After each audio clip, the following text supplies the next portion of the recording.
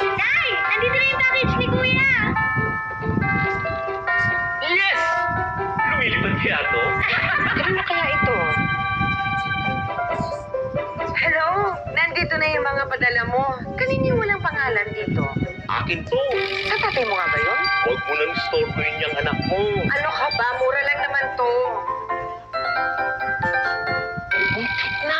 Tay, basta ako. Hindi ako komportable dyan, ha? Akong bahala. Nay! Si Kuya? Ako naman makausap! Ito ba? Ito.